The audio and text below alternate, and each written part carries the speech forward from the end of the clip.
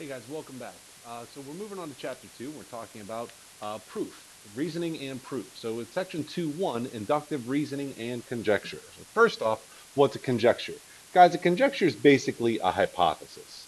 Okay, it's an educated guess based on known information. So it's a generalization that you're going to make about some given information. Inductive reasoning is the process that you use to arrive at that conclusion, using a number of specific examples to arrive at a plausible generalization or prediction. So in these examples, they ask us to make a conjecture about the next number in the sequence and describe the pattern. So what we're going to do is we're going to look at the numbers, try to analyze what the pattern is, and then use that to predict what the next number is going to be. So I go from 1 to 3 to 9 to 27 to 81. Well, I can see that I'm definitely not adding the same thing each time. Okay, I go from 1 to 2, I'm adding 2. From 3 to 9, I'm adding 6. From 9 to 27, I'm adding 18. So it's definitely not the same thing again and again and again. What I am, however, doing is, looks like to me, maybe I'm multiplying. So if I do 1 times 3, that gives, or 1 times 3, that gives me 3. 3 times 3 gives me 9. 9 times 3 gives me 27.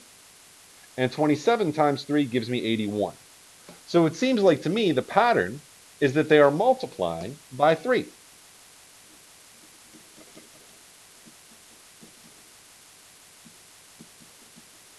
So each time they're just multiplying by 3.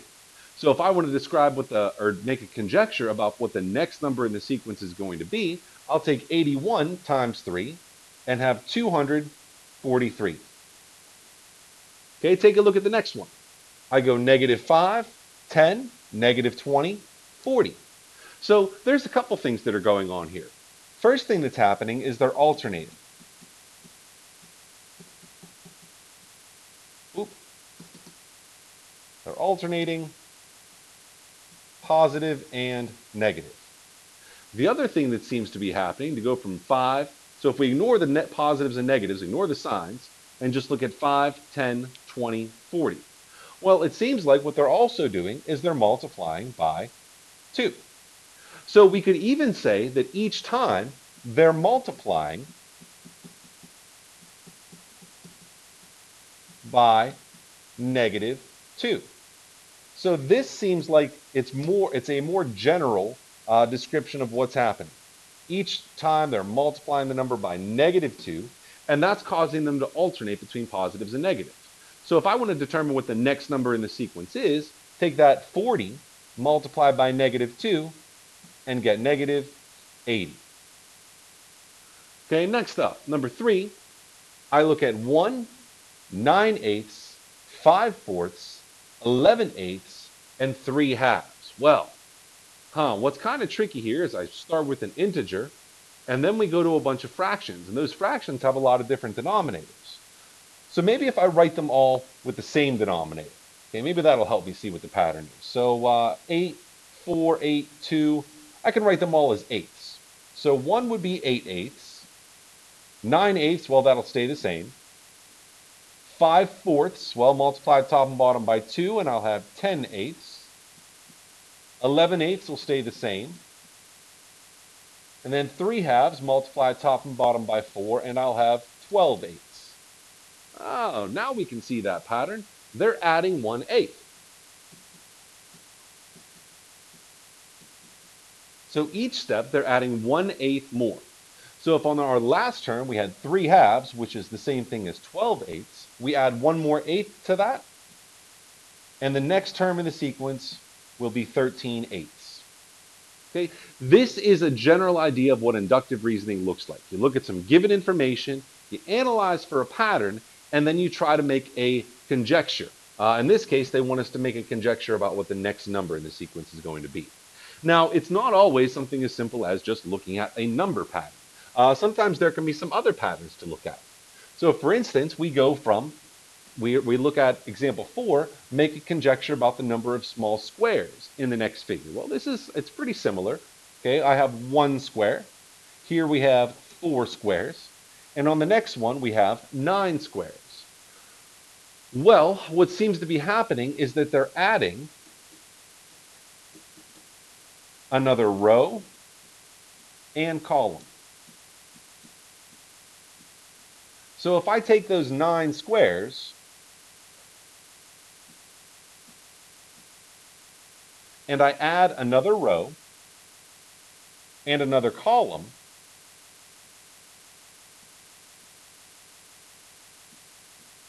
well, now we're going to be at 16. Okay, so the final answer here, the next square, or next figure, is going to have 16 small squares. Now, the other thing that hopefully we can notice is that these are powers. These are perfect squares. 1 squared is 1, 2 squared is 4, 3 squared is 9, and then 4 squared gives us that 16. So this is the kind of stuff we're looking for. We're looking for those patterns. Okay, number 5 is real similar. The numbers represented below are called triangular numbers, and we want to make a conjecture about the next triangular number based on the pattern. So I go from 1 to 3 to 6 to 10 to 15, and I want to make a guess about what's going to happen next. Well, from 1 to 3, they add 2. From 3 to 6, they add 4. Or excuse me, they add 3. Getting ahead of myself here. From 6 to 10, they add 4. From 10 to 15, they add 5. So it seems like they're adding one more than the last time each time. So they added 2, they added 3, they added 4, they added 5. Next up, we'll add 6. Okay, and that would give us 21. Okay, and if I put those dots on here, just to take a look and see what would happen. Okay, so add 1, 2, 3, 4, 5, 6. That fits the pattern. And that seems like it's going to work out for us. Now, inductive reasoning allows us to take given information and determine what must be true because of it. And like we said, it's not always looking at patterns. Sometimes it's looking at a description.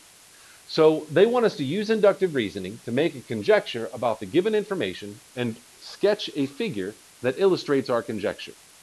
So they've given us 3 points, P, Q, and R. And we know the distance from P to Q is 9, the distance from Q to R is 15, and the distance from P to R is 12. Now this is some pretty general information, and when they ask us to make a conjecture, they're giving us a lot of room to make that conjecture. They're not asking about anything specific, they're just saying, what can we infer from this information? Well, the first thing that I'd like to try, if I'm given 3 points, I'd like to see if they are collinear. So I have P, Q, and R. And the biggest distance here is Q and R. So that means from Q to R is 15.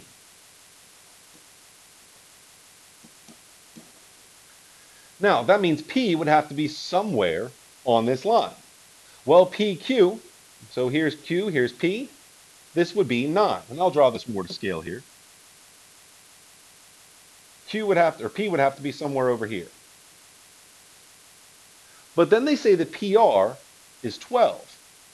Well, 9 plus 12 would be 21, not 15. So it would not be possible for P, Q, and R to all be on the same line. So a conjecture that I can make here is that P, Q, and R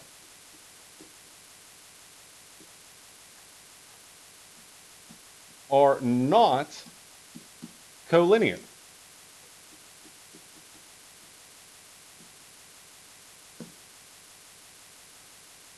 Okay. Now, there might be some more that I can make from this, but I'd have to really analyze the information. One real simple conjecture that I can make, though, is that they are not collinear. They don't lie on the same line. Okay? Next up, AB and CD intersect at point P. Well, one conjecture that I can make, if AB and CD intersect, I could say that lines AB and CD are not parallel. If they intersect at point C, then they cannot be parallel. Okay, another conjecture that I can make, if AB and B and CD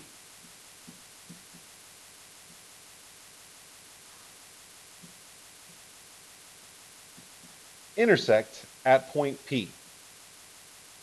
Okay, what I could also say here is that points A, B, C, and D are also not collinear. If those lines intersect at a single point, those points cannot all be collinear. And I kind of forgot something over here. They ask us to sketch a diagram. Well, I guess we have this diagram here showing that it would be impossible for P, Q, and R to be collinear. So from 6 and 7, we can say that those points that they've given us are not collinear. And furthermore, in 7, we can say that those lines are not parallel. Okay, next up, on number 8, they tell us that the distance from P to Q is equal to the distance from R to S, and the distance from R to S is equal to the distance from T to U. So let's draw segment PQ, and let's draw segment RS. Now, if those distances are the same, that means that these segments are congruent. Now, they also tell us that segment RS is congruent to segment TU. Actually, they tell us that the lengths of those segments are the same. So what we can say here, all three of those are the same length. So if PQ is equal to RS and RS is equal to TU, the conjecture that we could make is the distance from P to Q is equal to the distance from T to U. So our conjectures are not always just looking at patterns, they're looking at some given information and seeing what else we can determine from that given information. Okay, if the segment lengths do not add up, if there's no way that I can add two of them together to equal the third, those points can't be collinear. If I have lines that intersect, well, A, they're not parallel, and B, if they intersect at a single point, those 4 points cannot be collinear. Okay, lastly, if I have two segments that are the same length, and one of those segments has the same length as a third segment, now I can say that that first segment and that third segment have the same length.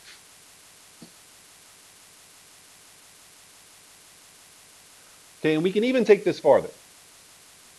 It is possible for a conjecture to be true in most cases, but false in others. So if we look at one of those patterns, maybe we came up with something that worked for the first 2 or 3 steps, but it didn't work for the next step. Okay, that would be a conjecture that's true in most cases, but not true in all of them. The catch is here, guys, we could come up with a billion examples where our conjecture is true, and that would not be enough to confirm that it's always true.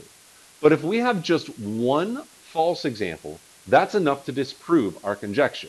This false example they call a counter example. Okay? And all we need is one counter example to make something untrue, to prove that a conjecture cannot be true. So what we want to do is look at these 3 examples and determine if each conjecture is true or false. If it's false, we want to come up with a counter example. So if we're given collinear points, D, E, and F, D, E, the distance from D to E, plus the distance from E to F equals the distance from D to F. So what the assumption that we're making is we have D, and then E, and then F. And if our diagram looks like this, then that's true. Okay, but there's an important piece of information here that we're assuming that they did not tell us. We're assuming that the points go on the line in that order. They did not specify that E has to be between E and F. What we could have is something more like this. We could have F between D and E. And in this case, that wouldn't be true. And we can make this very clear. We can say D to F, we'll call that 10. We'll say F to E is 5, which means that the distance from D to E is 15. So their conjecture about DE plus EF equals DF, well, DE would be 15. EF is 5. That does not equal 10. So here, is our counterexample, which means that this is false. All we need is one counterexample to prove a conjecture false. Okay, number 10. For any integer x, the opposite of x is going to be negative. Okay, well, let's say x equals 5. The opposite of x would be negative 5. Okay, and this matches up with a conjecture. And we could come up with hundreds of examples just like this one that look like they prove that conjecture true. However, what if I say that x equals negative 3? We've solved equations where x equals negative 3, so we know that's possible. Well, that would mean that the opposite of x would be the opposite of negative 3, which is positive 3. So this is our counterexample. This proves this conjecture false. Okay, like we set up here, guys, a billion counterexamples where the conjecture is true is not enough to prove that it's true. All we need is one counterexample, and we can make that conjecture false. Okay, last one. If w, x, y, z is a rectangle, then wx equals yz, and wz equals xy. Well, when they name a rectangle, okay, first off, let's sketch a rectangle. When they name a rectangle, we name them in order of the vertices. So if I start W anywhere, no matter which direction I go, the next one has to be X, then the following vertex has to be Y, and I have to keep going in that direction and name the last one Z. Now, I could name this rectangle in the other order, and I would still end up with the same results. We know in a rectangle that opposite sides have the same length. So they're suggesting that WX, that's this guy, is the same length as YZ. Well, so far that seems to be true. And WZ, that's this guy, is going to be the same length as XY. This example looks true. Now, there's only one other possibility of how we can name this rectangle. We have to name it in order.